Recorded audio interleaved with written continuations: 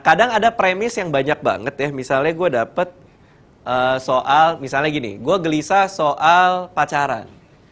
Gue nih lagi pacaran dan banyak banget kegelisahan yang gue dapet dari situ. Jadi gue akan ngebuat soal hassle of relationship. Itu artinya nggak enaknya orang pacaran. Gue cari apa aja nggak enaknya untuk gue jadiin materi stand up. Misalnya apa ya? Misalnya, sekarang gue nyadar kalau nyari pasangan itu cuma bisa dapat 2 dari 3. Cakep, pinter, waras. Kalau dia cakep, dia pinter, biasanya dia gila. Ya kan? Kalau misalnya dia pinter, dia waras, biasanya dia jelek. Gitu. Dan selanjutnya. Nah, gue akan mencari materi-materi soal itu. Gue akan ngomongin soal kalau misalnya orang udah pacaran, jadi gampang gak percayaan. Nah, yang paling ngeselin nih cowok-cowok yang tukang cemburu nih. Orang-orang ini bilang biasanya posesif itu tanda sayang. Padahal buat gue nggak. Posesif itu tanda penjajahan. Posesif itu bukan tanda sayang. Tahu nggak lo yang cowok-cowok yang model-model kamu lagi di mana? Aku lagi di Alfamart. Kok nggak ngasih tahu aku? Ya maaf, aku belum ngabarin. Bohong. Coba foto tokonya, di foto tokonya. Ya sih. Ada nggak yang kayak gitu? Ada kan? Mana orangnya? Ada. Tuh, wah parah lo. Udah gitu di foto Alfamartnya dikirim, bohong, kamunya nggak ada. Akhirnya jadi alay deh gini. Dikirim. Orang gelisah soal pacaran, lalu ada soal posesif, ada soal kenapa cowok doyan PHP, ya kan? Kenapa sih kok cowok banyak banget yang tukang PHP?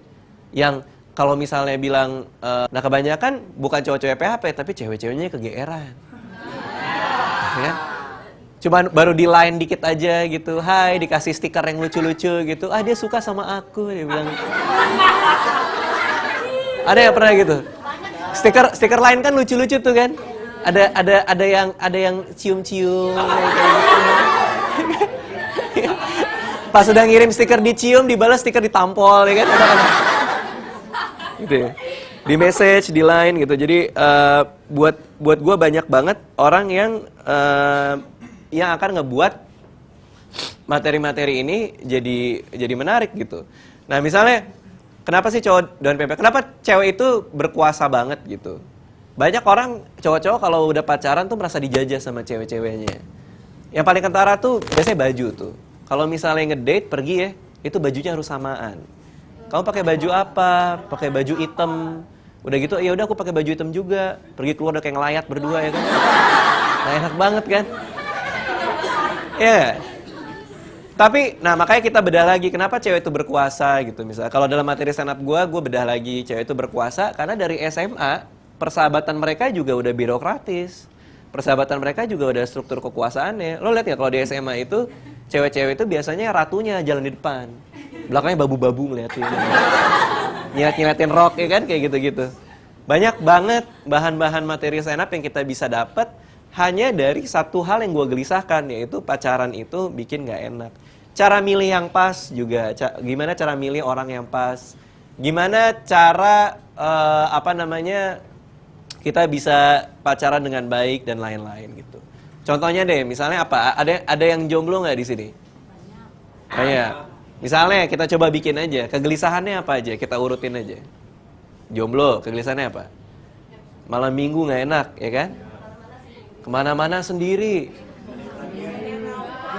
nggak ada yang ngerawat, ya kan? Sakit dibiarin tergeletak di jalanan, ya nggak? Gak enak kan jadi jomblo kan? Nggak ada yang bayarin lagi, lu marah lu kacau lu. Nggak ada yang bayarin. Apa yang kamu gelisahkan? Kan bisa banyak nih, dapet nih. Nggak ada yang bayarin, bolehlah. Nggak ada yang merhatiin. Malam minggu bingung kemana. Dikucilkan masyarakat ya kan. Serius. Di komplek rumah gue jomblo keluar rumah diludahin loh. Hati-hati. Kacau. Banyak apalagi misalnya. Nggak ada yang jemput. Ini punya motor di depan nih. Nggak ada yang jemput, boleh. Apalagi? Masak sendiri. Hah? Masak sendiri. Apa? Kalau naik motor di lampu merah sendirian gak enak. Oh, ini berdua ya tuh.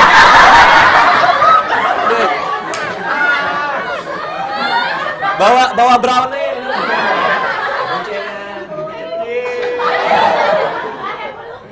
Gak ada yang pelukin. Emang kalau misalnya punya pacar naik motor boncengan. Tahu nih tipe-tipe orang kayak gini nih. Lo namanya siapa nih? Rudy. Nih Rudy nih gue tahu nih kalau naik motor sama cewek nih ya. Cewek di belakang nih ya. Dia naik motor nih. Dia nyari polisi tidur tuh. Itu parah lo. Parah lo. Gak boleh. Iya, tapi enak juga ya. Yang paling gak enak itu berantem di motor kali ya. Ya nggak ada yang pernah berantem di motor tuh. Ya? Gue pernah ngeliat ada orang berantem di motor terus sama-sama pakai helm, jadi nggak ada yang tahu gitu. Jadi kayak dia pakai helm, belakangnya pakai helm. Kamu sih jahat apa? Kamu sih jahat. Jadi nggak ada yang denger gitu.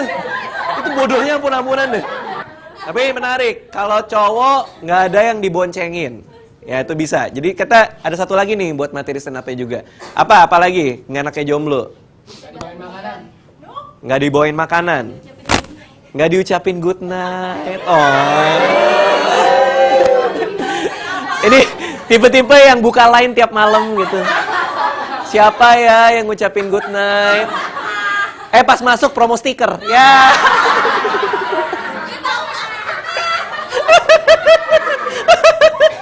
Tadi sampai mana? Nah, begitu dapat materi stand up ya, kita baru bisa ngerjain itu jadi materi stand up komedi. Kalau misalnya kita udah bikin semacam bagan yang kayak gini, ya kan?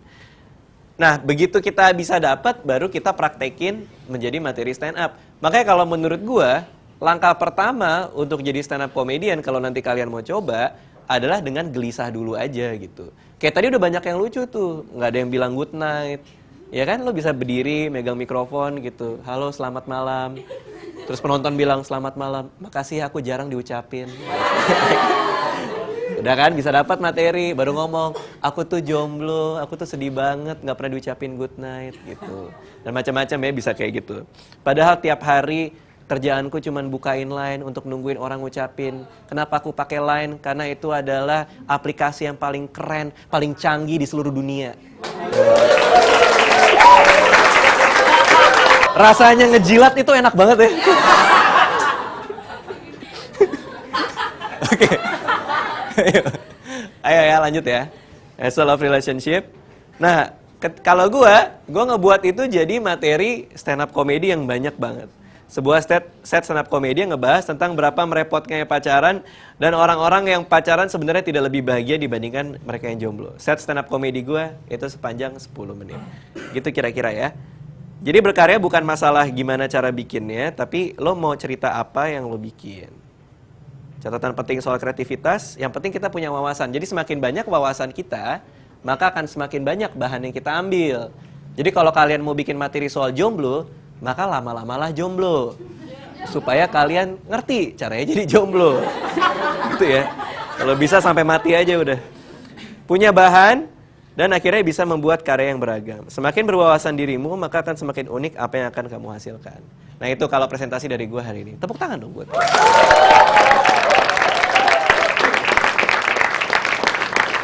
Oke, waduh. Ganteng banget nih kayaknya. Kenalin, nama aku Dedi, biasa dipanggil Kasih. Jadinya dedikasi. Dedikasi artinya pengabdian. Jadi hidup aku untuk mengabdi kepada bangsa dan negara Indonesia. Ya, aku mau cerita sedikit ya, keresahan aku tentang muka aku nih dibilang tua gitu. Muka aku dibilang tua, Ded, muka aku tua, Ded, muka aku tua. Nggak percaya aku kan, aku tanya sama mama aku, Mak, emang muka aku tua ya? Enggak, muka sama umur udah pas. Umur siapa, Mak? Umur mama lah. Umur mama aku. Terus juga, gara-gara dibilang muka aku tua ini, aku katanya nggak bisa ikut tawuran. Kalau orang biasa tawuran kan, woi, anak mana kau? Kalau aku beda, woi, mana anak kau? Terus juga gara-gara dibilang muka aku tua ini, aku jadinya gak bisa bikin baju couple gitu, baju couple kan. Jadi aku buat sama pacar aku, bisa aku buat. Di baju aku tanda panah ke kanan, yes, she is my girlfriend. Di baju pacar aku tanda panah ke kiri, no, he is my uncle. Terus juga mama aku nih orangnya gak tegaan kan. Dia ini orangnya gak tegaan kalau ngeliat sesuatu yang orang yang dikeroyok gitu, dipukulin, dia memiliki rasa empati yang tinggi gitu kan. Betul kejadian, dekat gang rumah aku tuh ada maling dipukulin kan, lagi naik motor sama aku ngeng. Dia berhenti. Kenapa mak? Itu ada maling dipukulin, pisahin lu. Ah udah lah mak, biarin aja malingnya itu. Bapakmu lah itu lah. Gila, keluarga aku kriminal ternyata ya. Oke, tepuk tangan dong.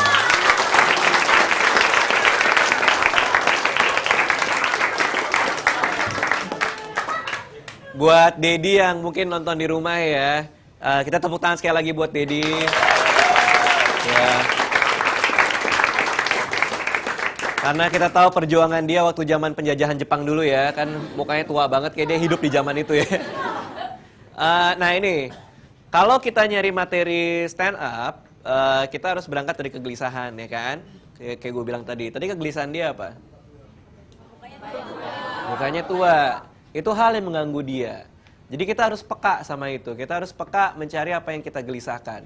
Mungkin si Dedi ini pas masih sekolah pasti diledekin sama teman-temannya kan. Muke tue segala macam. Ada guru datang cium tangan dia gitu kan. Saking tuanya, gue nggak tahu lah. Cuma itu mengganggu dia pasti. Sampai akhirnya dia bikin materi tadi. Nah, materi yang berangkat dari kegelisahan seperti tadi itu jadinya akan lebih lucu dan menarik karena itu jujur. Kita menertawai diri sendiri. Kalau kita ngetawain diri sendiri, orang lain pasti akan rela ngetawain kita. Ngerti ya maksud gue? Jadi kita memberi izin orang untuk ketawa dan itu akan lebih bagus daripada kita ngejelekin orang lain. Jadi mendingan kita ngetawain diri sendiri. Oke, nah apa yang kita bisa ambil dari materinya Dedi tadi? Kalau kalian punya karakteristik fisik yang mengganggu, itu boleh dijadikan materi. Jadi biasanya gue ngebaginya jadi 3. Mencari kegelisahan itu bisa dari sini luar diri. Kalau gue kan pendek ya, gue naik busway itu sebelah gue ketek biasanya ya. Kalau duduk depan gue selangkangan lagi gak enak banget. Jadi gue sering ngomongin soal itu, sering ngomongin kenapa gue pendek dan lain-lain, gak enaknya apa. Apalagi di Instagram tuh komen kan semua jual peninggi badan apa segala macam itu, makin bikin kesel kan. Nah, itu ngomongin soal fisik ya kan, sama kayak si Dedi tadi, dia fisik tua. Bisa juga masuk ke dalam. Jadi udah di luar, kita masuk ke dalam. Apa yang ada di sini? Jomblo, penakut, pemarah bisa. Atau udah di luar, udah di dalam, kita juga bisa ngeliat di sekeliling. Apa yang kita gelisahkan di sekeliling kita? Soal sinetron, banyak yang aneh-aneh, ya kan? Soal iklan, banyak yang aneh-aneh. Soal transportasi tadi macet dan lain-lain gitu ya. Jadi ada 3. Kebetulan Dedi ngambil yang tadi, yang paling luar. Nah, ada yang mau ngasih ide nggak? Apa kekurangan fisik mereka yang kayak kalau saya sering dibilang kayak gini, Mas Radit gitu. Kalau ini saya jadiin materi, boleh nggak gitu? Ada yang dibilang kumisan lah, gondrong lah, muka ganderwo lah, pesek. Siapa pesek? Kamu siapa? Tadi siapa bilang? Pesek. Ya nggak apa-apa. Ada yang dibilang pesek, ada yang dibilang apa? Gendut, ada yang bilang gendut, ada apa lagi? Buncit. Lo buncit? Enggak, lo nggak buncit lah. Enggak buncit. Itu belum buncit. Gini gua buncit sih. Ada lagi enggak? Dekil hitam. Buset, banyak banget ya. Dekil hitam hidup saya, Mas. Gak apa-apa. Langkah pertama untuk jadi stand up comedian adalah untuk berdamai dengan kekurangan yang kita punya. Ya, karena itu akan jadi senjata kita gitu. Malah nggak jadi masalah, malah jadi bagus buat diri kita gitu. Karena kita berani menertawai diri kita sendiri. Sehingga ketika jadi stand up comedian diketawain orang nggak jadi masalah gitu. Makanya stand up comedian itu kalau kalian lihat di TV atau di mana itu suka ledek-ledekan kan. Apa lo Arif Didu lah segala kan. Ada gue juga suka diledekin. Ya buat kita nggak apa-apa, biasa aja. Karena kita juga bikin itu jadi materi kita sendiri. Jadi itu bagus tuh untuk tahu kekurangan-kekurangan kalian. Siapa tahu bisa jadi materi kan gitu. Kayak kamu gitu, saking peseknya gue, kadang-kadang gue nggak bisa bedain bau apa gitu misalnya. Kadang-kadang tiba-tiba tidur mati aja gitu. Saking peseknya apalah gitu. Jadi maksudnya itu bisa dijadiin materi. Mo Sidik, ada yang lihat tahu Mo Sidik yang gendut banget itu tuh, yang di Indosiar juga itu kan. Itu materinya juga banyak soal kegendutannya dia. Yang paling lucu tuh gue pertama kali nonton dia datang terus badannya gede gitu. Setelah penonton gitu. tenang aja nggak bakal gue tiban, dia bilang kayak gitu. Dan buat gue tuh lucu banget gitu karena dia ngomongin soal kekurangannya dia sendiri. Oke, itu tadi menarik ya. Jadi yang bisa kita ambil adalah coba cari ada nggak bentuk fisik kalian yang bisa kita jadikan materi stand up komedi. Oke, video kedua ya. Kenalin, nama aku Roy Marulitua Raja Gugu. Aku ini orang Batak. Kemarin waktu itu mama aku masuk angin. Jadi mama aku ngomong kan, Roy, apa mak? Tolong dulu kau kerik mama masuk angin. Oke mak, sinilah aku kerik. Ku kerik lah mama aku kan. Tapi aku nyesal, sudah ngerik mama aku. Soalnya setengah jam aku kerik, mama aku runcing. Kemarin juga aku habis naik motor gitu kan. Tiba-tiba di depan aku ada anak kecil nyebrang. Otomatis aku berhenti mendadak. Karena aku kaget kan, aku marah anak tadi. Woi kau kalau nyebrang hati-hatilah. Kalau ku tabrak tadi kau gimana gitu kan. Tapi mana dimarahi baliknya aku. Woi kau, apa kau bodoh serakulah kata. Wih, ini kok gak sopan kali mulutnya kan. Karena aku gak terima ya aku marahi balik lagi. Kau masih kecil, coba ngomong sopan dikit. Sopan dikit bang. Nah itu baru anak yang benar. Aku Roy, terima kasih.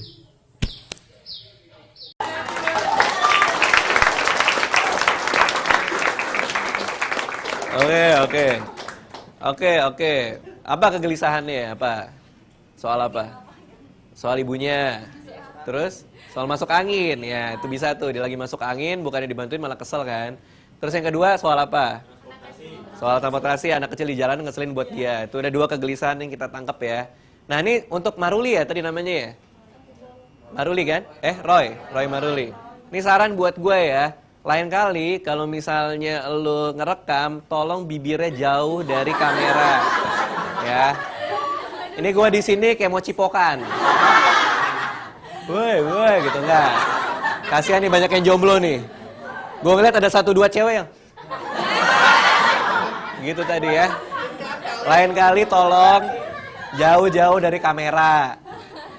Oke, sekarang gue mau ngebahas soal setup sama punchline. Jadi kalau misalnya ini bagus nih anak nih. Gue kayaknya dia anak komunitas juga karena dia udah rapi penulisannya. Dalam membuat sebuah materi stand up komedi itu ada bagian yang gak lucunya, baru ada bagian yang lucu. Itu yang bagian gak lucu namanya setup, bagian lucu namanya punchline. Kalau kita lagi nulis materi komedi, kita bikin dulu yang gak lucu, baru yang lucunya. Kita bikin yang gak lucu, baru yang lucunya. Kita lihat coba ya, bagiannya apa. Coba dimainin lagi boleh nggak? Nama aku Roy Marulitua Raja Gugu. Aku ini orang Batak. Kemarin waktu itu mama aku masuk angin.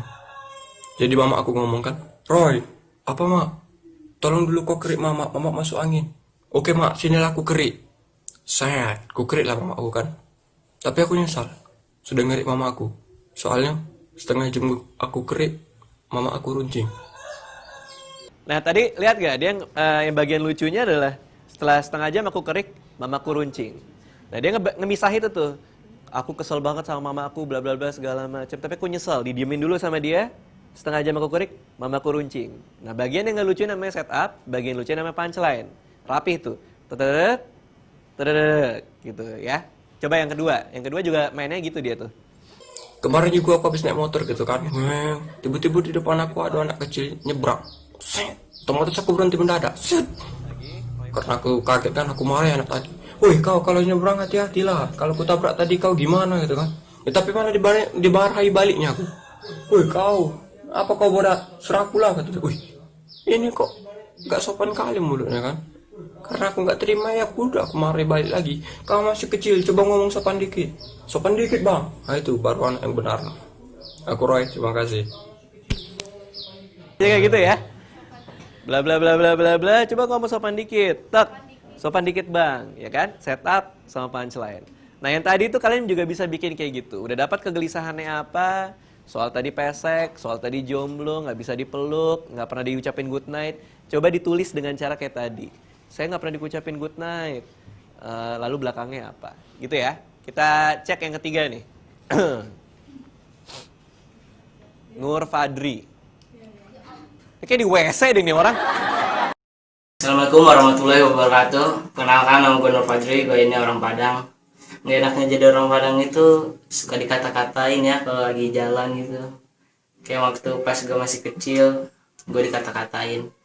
weh lu padang bengkok, berak di mangkok, cebok pakai batok. Iya, ini kan maksud gue kan sakit ya nih, cebok pakai batok. Aduh. Ya lu itu bisa berdarah, men, kata gue. Dan gue juga anak kedua dari 4 bersaudara. Abang gue seorang beatboxer ya. Gak enaknya punya abang beatboxer itu, kalau gue lagi makan, belakang gue nge-beatbox. Gue lagi nonton, belakang gue nge-beatbox. Gue lagi berak, gue lihat, set, wus, alhamdulillah dia nggak ada di belakang gue. Lagian kalau ada juga dia ngapain gitu di belakang gue? Dia ngedubbing gue kecemplung gitu kan, nggak mungkin. Lagian kalau ada juga pekerjaan beatboxer ngedubbing orang kecemplung itu kan aneh gitu ya. Itu mungkin bukan sebuah pekerjaan, kayaknya itu sebuah pekerjaan ngintipin orang kayaknya. Dan Nur Fadli, ya. Oke, pertama-tama Nur Fadli jangan ngerekam di WC ya. Itu nggak enak banget, serius. Gue nggak tahu, mungkin lo tinggal di situ, gue nggak tahu. Cuman tolong jangan di WC. Nggak enak banget. Apa yang salah berarti kan sekarang? Apa yang salah? Gini, kebanyakan orang kalau misalnya bikin materi stand up itu, yang dia cari itu lucunya dulu. Kayak tadi, yang Nur Fadli ini lucu kan adalah, yang Nur Fadli ini cari adalah lucunya. Cara dia bikin lucu adalah dengan ngomongin, gue nggak tahu dia edit apa enggak nih ya, ngomongin ngomongin WC, ngomongin berak gitu kan. Nah, itu cara yang dia pikir tuh lucu. Karena emang ya udah orang gampang aja ngomong, gimana lo berak lo gimana gitu kan, gampang aja gitu. Tapi kalau kita mau jadi stand up comedian, jangan cari lucunya. Cari gelisahnya dulu. Itu yang si Nur Fadli ini masih belum dapat.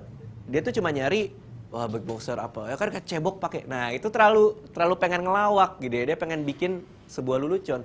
Padahal jujur aja gitu. Misalnya Nur Fadli itu jujur aja. Apa nggak enaknya jadi adik seorang beatboxer misalnya? Kakaknya ngeganggu dengan cara seperti apa? Kegelisahan dengan kayak gimana? Banyak cara daripada kita ngomongin jadi ke jok-jok yang toilet kayak tadi. Nah, buat kalian yang pengen nyoba, ini lazim banget masalahnya. Masalah untuk jadi ngomong jorok, ngomong kasar, kalau orang baru mulai stand up comedy, itu biasanya banyak yang kayak gitu. Mungkin sama kayak teman kita tadi ya. Cuman akan ada masanya di mana lu ngerasa bahwa ini kayaknya nggak bisa deh, dan ini nggak lucu. Kalau misalnya gue ngomongin yang jorok-jorok. Akhirnya mulai bikin materi yang bener. Kayak tadi, yang naik motor, ibunya runcing, itu buat gue masih bener. Sebelumnya juga bagus, yang tua tadi tuh, itu juga masih bener karena dia jujur. Tapi nggak apa-apa, kita tepuk tangan dong buat Nur Fadli. Ya udah teman-teman, terima kasih. Makasih yang udah nonton live cast-nya di rumah. Mudah-mudahan dengan live cast yang sederhana dan sesimpel ini kalian bisa mendapatkan sesuatu, yaitu menjadi seorang stand up comedian itu kayak gimana. Dari awal gue udah kasih tahu caranya gampang banget, cuma nyari kegelisahan dan kita mencoba jujur dengan kegelisahan itu baru kita komedikan. Contohnya juga udah terlihat jelas teman-teman kita dari berbagai macam penjuru Indonesia, udah dari ribuan orang yang ngumpulin, 3 kita kasih lihat juga bisa bagus banget. Tadi juga orang-orang teman-teman kita udah nyoba dan kuncinya cuma satu, berani jujur sama diri sendiri dan berani untuk tampil depan orang banyak. Itu aja, mudah-mudahan kita bisa ketemu lagi. Makasih buat yang udah datang dan sampai jumpa lagi.